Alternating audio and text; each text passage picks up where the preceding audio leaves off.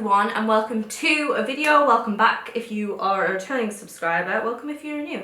Just welcome overall. Today we are doing a bit of a requested video. Somebody asked if I could do a video on traits that were missed in my childhood with my autism. So if you're new, hello, I am autistic. You probably gathered that by the title, but I'm autistic. I got diagnosed last year in September, but I was on the waiting list for like 5 years. That's not an exaggeration. I was on the waiting list for 5 years. So I've been assuming that I was autistic for 5 years. So I've had quite a lot of time to learn about it and know that I am. I also think I have ADHD. I'm very confident that I have ADHD, but we're just going to be talking about autism. I haven't been diagnosed with ADHD yet, but I'm very, very sure. I only bring that up because there's a lot of overlap in the two, so some of the things that I'm going to bring up might be ADHD and not autism, and it's very hard to distinguish between the two for me, so there might be some overlap. I'm sorry if that's not what you're here for and you're just after autism, but my brain can't separate them. So yeah, we're going to chat about my childhood. I'm going to try and not go into it in too much depth and make everyone sad, but I'm going to chat a little bit about just autism in my childhood first, and then we're going to go through the traits that I think were missed, that I think people should have like seen and been like, oh, she's a little bit different. Obviously I have been raised female, so that's going to come into this a lot. I am going to talk about that in a second, but they're just the traits that I feel like people should have overall, seeing them together probably went, something's not right. There are a few of these traits that themselves don't make you autistic, but in combination with all of the other ones, they are like an autistic trait, if that makes sense. I just mean that if you have one of these, it doesn't mean you're autistic. But all of these together, I am autistic. I have said this in a few of my other videos because I've went through all my autistic traits in other videos. I'll link them above, but I have a social communications video and then a restricted patterns of behaviour video, and I've said the same in them. Please don't watch this video and take these things to get a diagnosis. Feel free to take them if they apply to you, but please don't take them just to get an autism diagnosis. You do not need one if you aren't actually autistic. You don't even need one if you're autistic. There are many drawbacks of getting an official diagnosis, which I can talk about in another video if anybody's interested, but I think a lot of people are becoming more aware of the drawbacks of a diagnosis. But my point is, don't pretend that these apply to you if they don't. Okay, so let's get into it. With childhood, and me not being diagnosed until I was at the ripe age of 25, obviously there are reasons that I didn't get put forward for an assessment.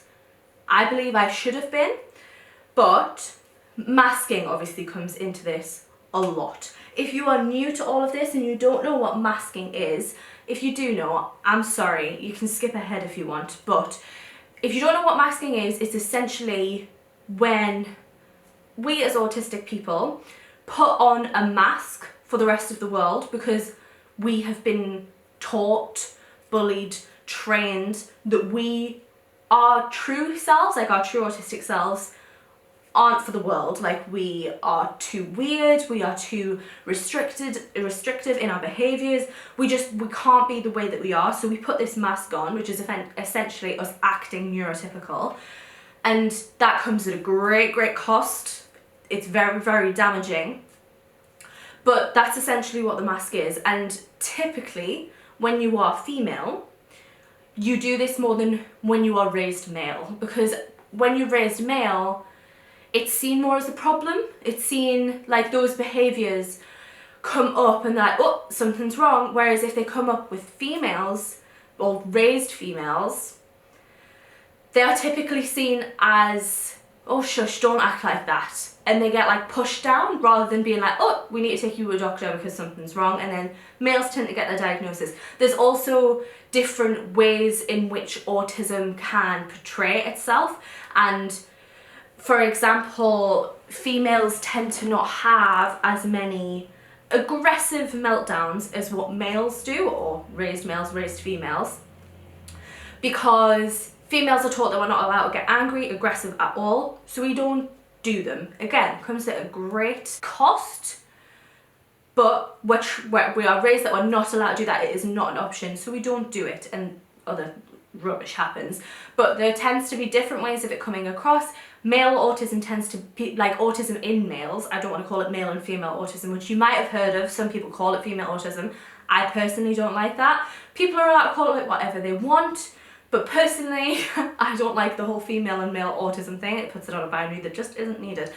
It is a spectrum, and it isn't a spectrum of being like more autistic to less autistic, or what used to be autism and Asperger's. It's not a linear kind of scale. It's more of a sphere. That's what the spectrum is. You could be anywhere on this sphere. Doesn't mean that you're better or worse in terms of your daily functioning. There are people with more higher support needs, but we don't say that they are lower functioning people, because I think a lot of people would call me high functioning, but I mask very, very well. I need a lot of support, and somebody on the outside calling me high functioning is really detrimental to my brain, my mind, like how I perceive myself, because it's just, they're looking at my mask and being like, oh, that's you, when it's not. So anyway, huge tangent, masking. Obviously, like I've just said, I am very good at masking. I know how to act around certain people. Not certain people, but different groups of people. I'm quite good at masking, which means that people didn't necessarily see me as autistic, obviously, but didn't see the traits that I was actually struggling with behind closed doors and things like that. That happens at school, at home, with my family, like just everything. So people saw the mask, so didn't see the traits that I was struggling with. They're not inside my brain. They don't know what I'm thinking. So the masking didn't help. Another thing that didn't help is, and I'm just going to talk about this briefly because it's not my story to tell.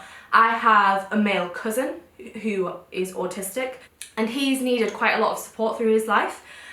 And my family, I think, saw my cousin, and that was their model of autism, which obviously, like I've just said, it's a spectrum. It's a huge sphere.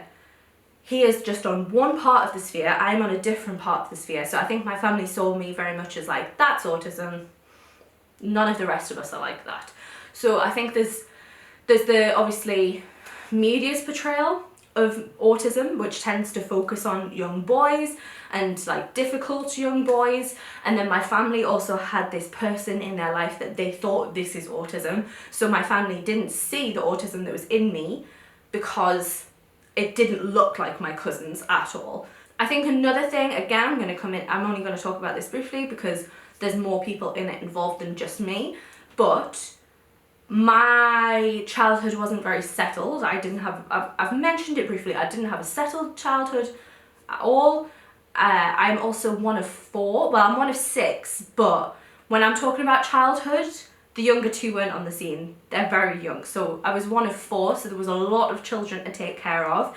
And there wasn't always a stable environment to see how I actually was behaving. And also, I think I've written it down, I think some people saw how I was acting as a reaction to this family drama, which it probably was, but people just saw that as, oh, like, she's just reacting because of that, if that makes sense. I hope that makes sense. And within that, I have been misdiagnosed in the past. I got diagnosed, well, I don't want to call it a misdiagnosis, but I got diagnosed with other things. So when I was a teenager, I was diagnosed with clinical depression and I was put on antidepressants. I'm not saying I wasn't depressed, but I think the majority of my depressive symptoms was my autism. And I think that part of my life was just me really, really struggling with my autism. It was GCSEs, it was high school, it was a brand new environment, a lot of family drama going on in other parts of life, like with Jack and things like that. It was a lot for me. And I think my autistic brain was just like, nah, we're not doing this. And I'm not saying I didn't need the antidepressants or things like that, but I do think a lot of this stuff can be explained through my autism. that was seen as depression. Okay, there's probably, when I'm editing this back, there's definitely going to be something that I've missed I wanted to talk about, but we're just going to move on to the traits because I talk a lot in these videos and I don't want you to have to watch another 50-minute video from me. Okay, these traits aren't in any particular order. It was just as I was making notes when I was preparing for this video, I wrote them down. So it's not like order of importance or anything like that, but let's get on with it. So I was always described as huffy. Always described as huffy. I used to have a nickname. It was like mainly my family, but also friends called me Huffy.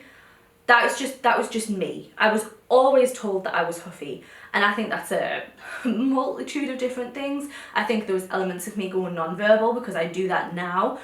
I think it was me not knowing how to react to certain situations. It was me not liking the way I was being perceived when I reacted to certain situations.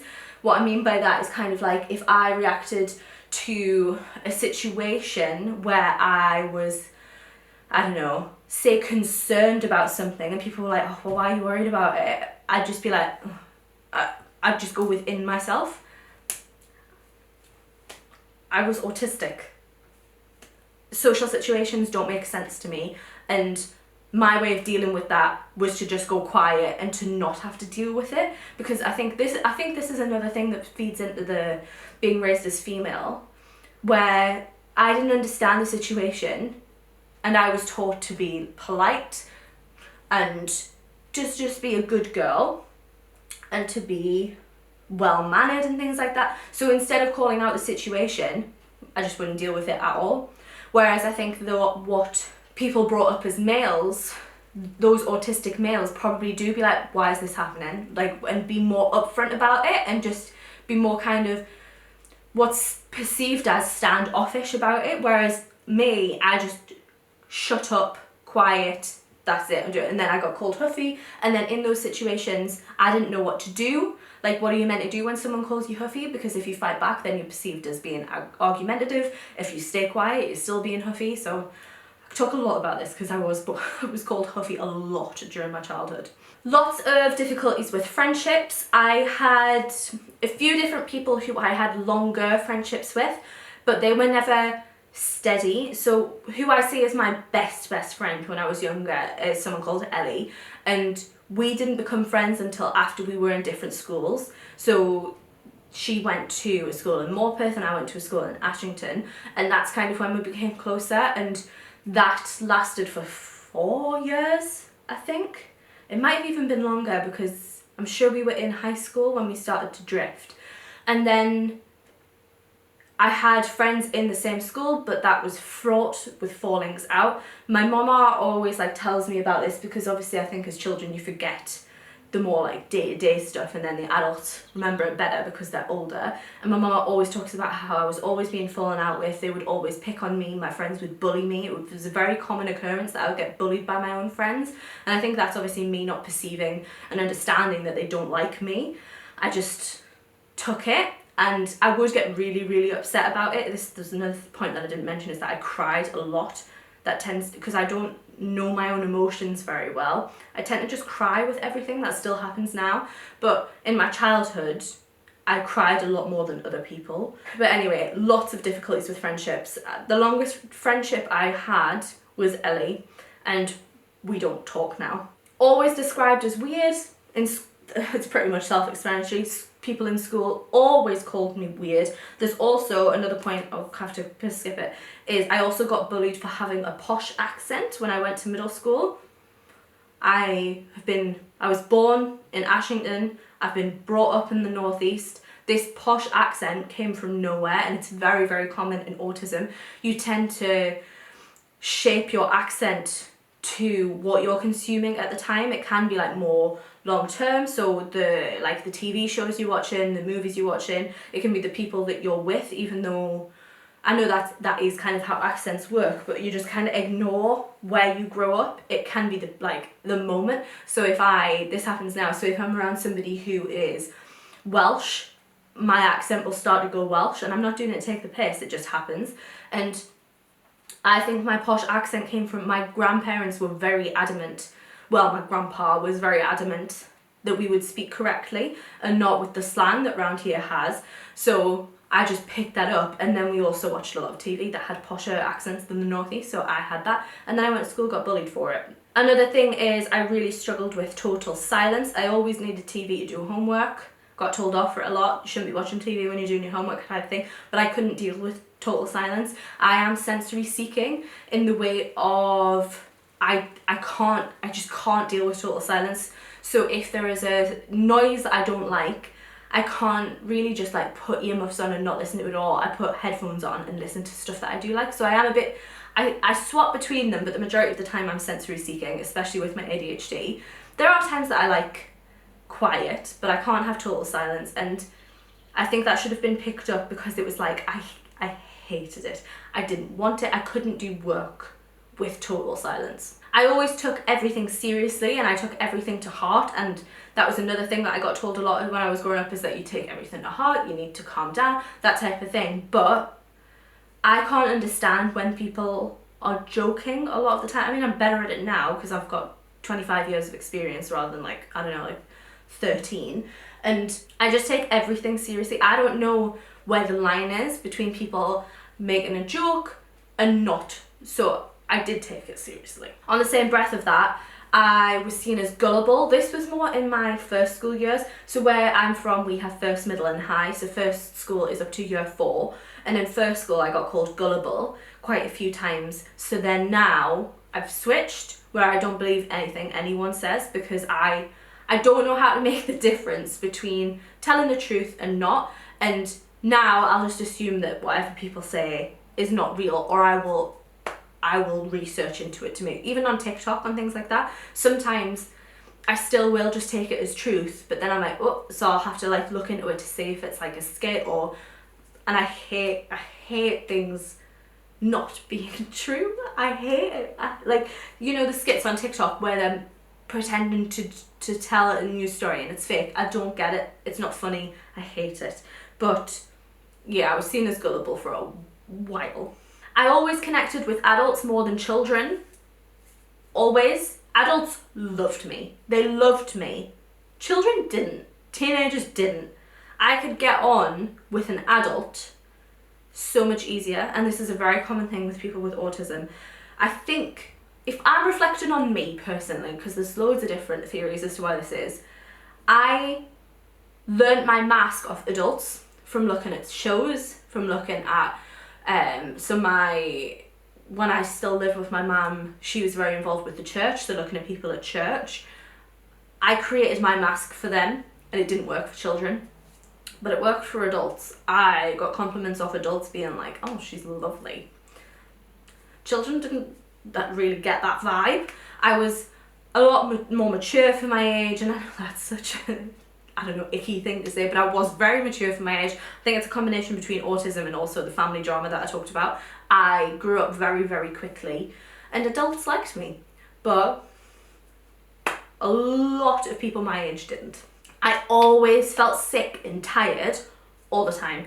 All the time. I can't even tell you how much I feel sorry for myself going through middle and high school. I felt sick all the time from loads of different reasons for my autism. I can reflect on that now, but before bed I felt sick. Like, I felt so sick nearly every single night. Now I know it's because I can't do sleep very well, but I would feel sick during the day. If I don't hit my meal times very well, I would feel sick. If I didn't get enough sleep, I'd feel sick.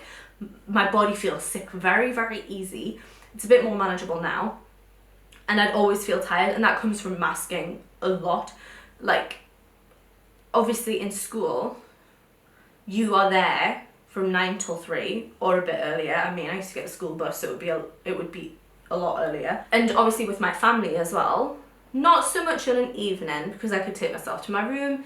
I could be a bit more myself with my grandparents, which is who I was raised with. But that masks up all the time, and masking is freaking draining. Like, it's so draining. So I just felt sick and tired all the time, and I'm a bit gutted for my past self that wasn't taken more seriously, because it was so common. Next one is I set unrealistic expectations for myself, and that this is probably one of the ones that I mean that, like, this doesn't mean you're autistic. a lot of people do this, but I would do it with everything, and it would be to the detriment of myself. My grandma, she talks about it all the time, where I would just set these stupid expectations that I probably wasn't on track to get, and I'd be mortified when it didn't happen. I'd be so angry with myself and really, really upset, and nothing could calm me down. And I didn't learn from that. Like, I didn't learn and be like, oh, well, next time I'll not. It's not an option. This is still rife now. It's not an option. I either do it the way that I want it, or that's it. Like, that's the only way I can do it. And it was excessive. Like, it in combination with all the other stuff, it should have been noted. Going back to like childhood, when I was more like older toddler into childhood, I had hearing problems that couldn't be found. I had my ears tested all the time because they were adamant that there were problems with my ears, couldn't find them. That still happens now. My hearing isn't great, but when I've had hearing tests, I'm fine. And I think that's just my hearing isn't processed very well at all. It's very common that this isn't just specified to hearing as well. It can be like sight, it can be like taste, things like that. We obviously have a lot of problem with sensory stuff, and hearing was mine, and it could never be found out what it was, and it just wasn't taken any further. Another one that doesn't mean you're autistic, and it wouldn't have been seen as autistic, but I went through intense likes. Like intense likes. I can still now go through and tell you what my likes were through each period of my life, and it was from a young age. I remember my first one was Teletubbies, and I'd go through these really intense likes and I'd be obsessed. The ones that most come to mind were horses. Everything was horses. My room was full of horses. I had bronze statues of horses. My bedspread was horses. I had a horse clock. I had notebooks that were horses. Everything was horses. Harry Potter. Freaking obsessed. Was that, you know what? No, it was Twilight and then Harry Potter. And my room with Twilight, I had it everywhere. I had massive big posters. I mean, anyone who was a Twilight fan could probably relate. I had everything. I had all the t-shirts, I had everything. And then it was Harry Potter.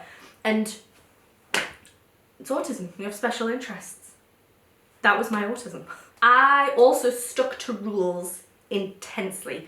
So this is a common thing that we hate breaking rules, and we hate other people breaking the rules. I wouldn't break the rules, and if I did, I was mortified with myself. If a teacher told me off for anything, I cried. Like, I cried straight on the spot, and I hated other people breaking the rules. I remember being told off for talking during the teacher's standing up talking teaching thing, because I was telling other people to stop talking because it was against the rules, but then I would get told off because I was talking. I know that is breaking the rules, but I'd be telling other people to shut up because I hated it so much. It wasn't an option, and unless it was like a moral thing, then I don't care, I'll break a rule. But in like school and at home, I was the goody two shoes. I would not break a rule. In relation to school, I found some school work very, very difficult, and I couldn't understand it. So if it was phrased in a certain way, like if the question required interpretation, difficult. English was difficult. I just rote-learned it because I didn't understand what they were asking.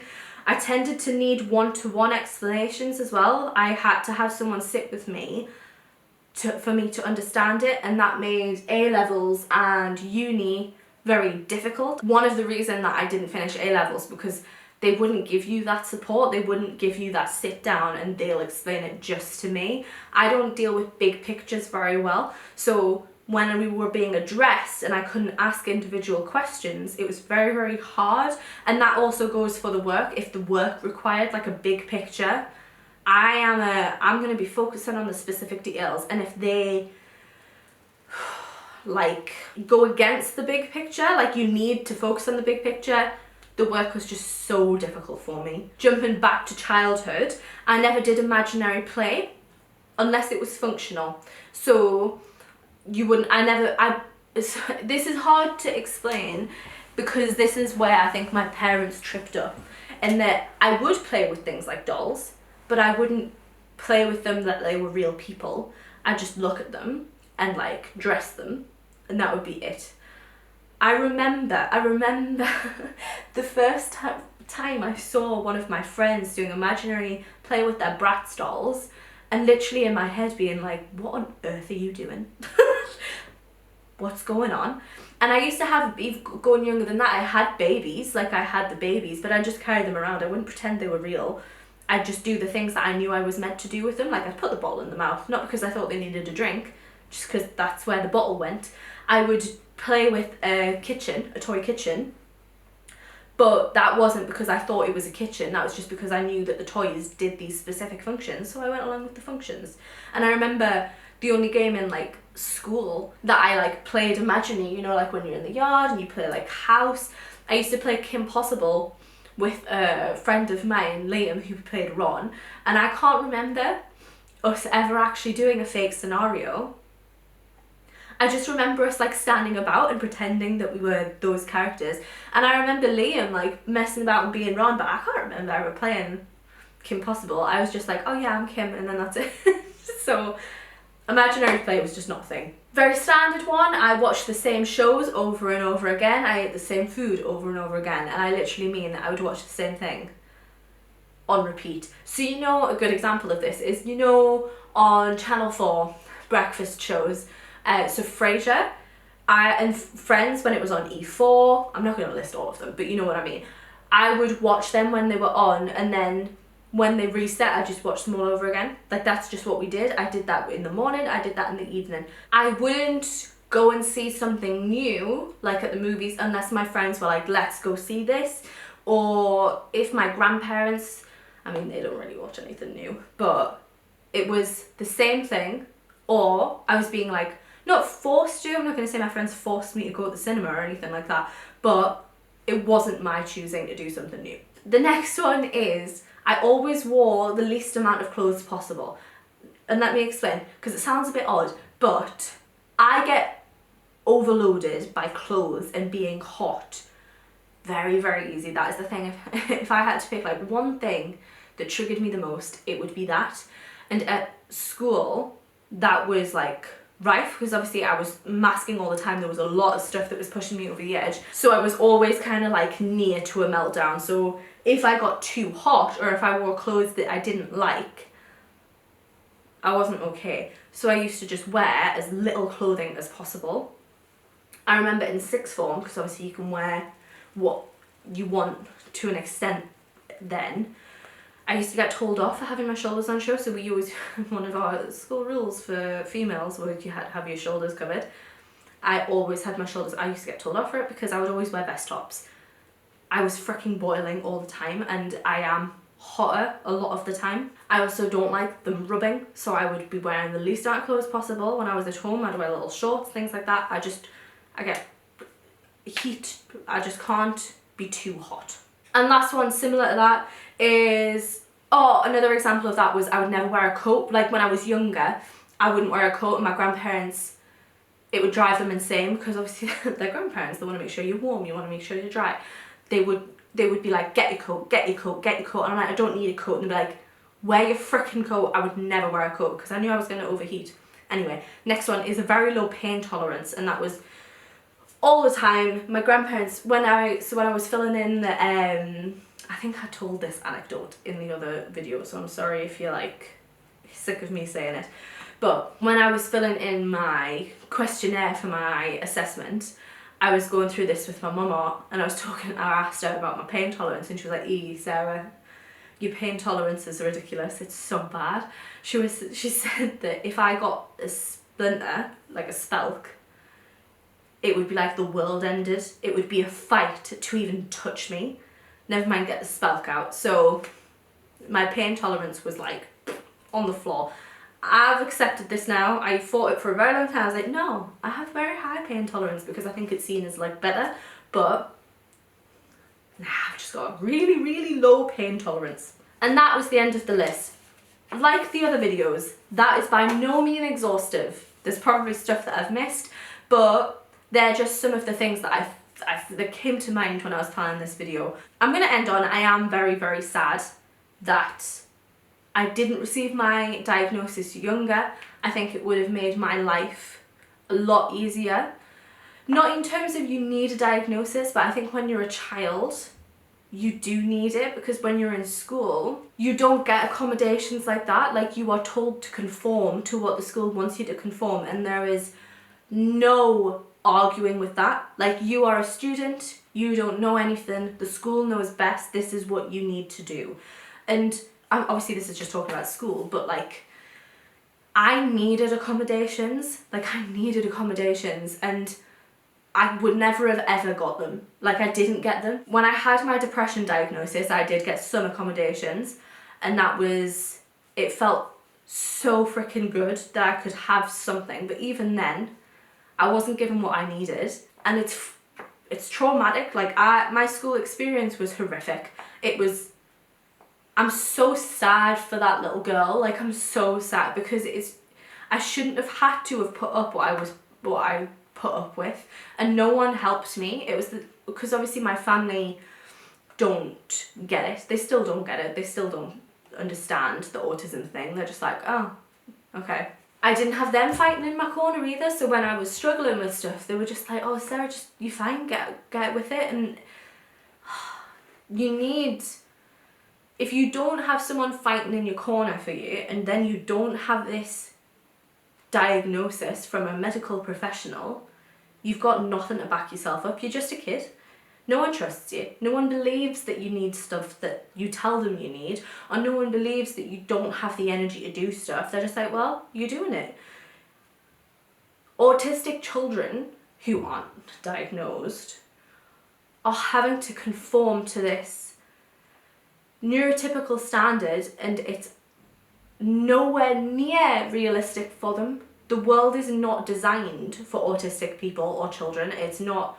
Even now, I'm probably struggling now more than I ever have, and that is mainly down to the world is not designed for me, and that's me staying in my house as much as I possibly can. When you're at school and when you're a kid and you're like expected to go out and socialise, you are being thrust into that world that isn't designed for you. And children aren't the most understanding people in the world. They can be, don't get me wrong.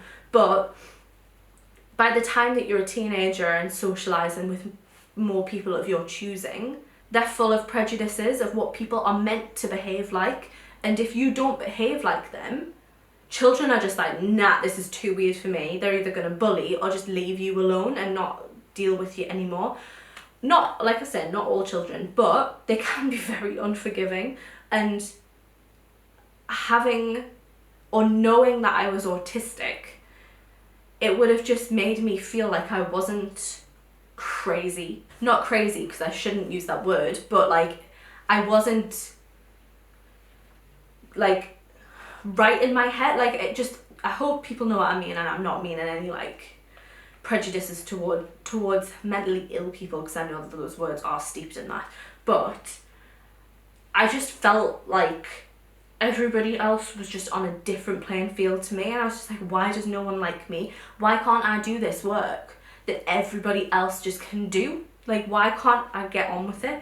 So I am really sad for myself that I didn't get my diagnosis earlier, because it's absolutely horrific. And if you are somebody watching this video and you are wondering whether to put your child forward for an assessment, I completely understand why you're worried about it and the prejudices that it comes with and things like that. And then there are obviously all these reasons as an adult why you wouldn't get a diagnosis. But I would say just go for the assessment. I would say as a child who has autism, I wish I had it. I'm not telling you what to do, but I wish I had it. I wish I'd had an assessment younger.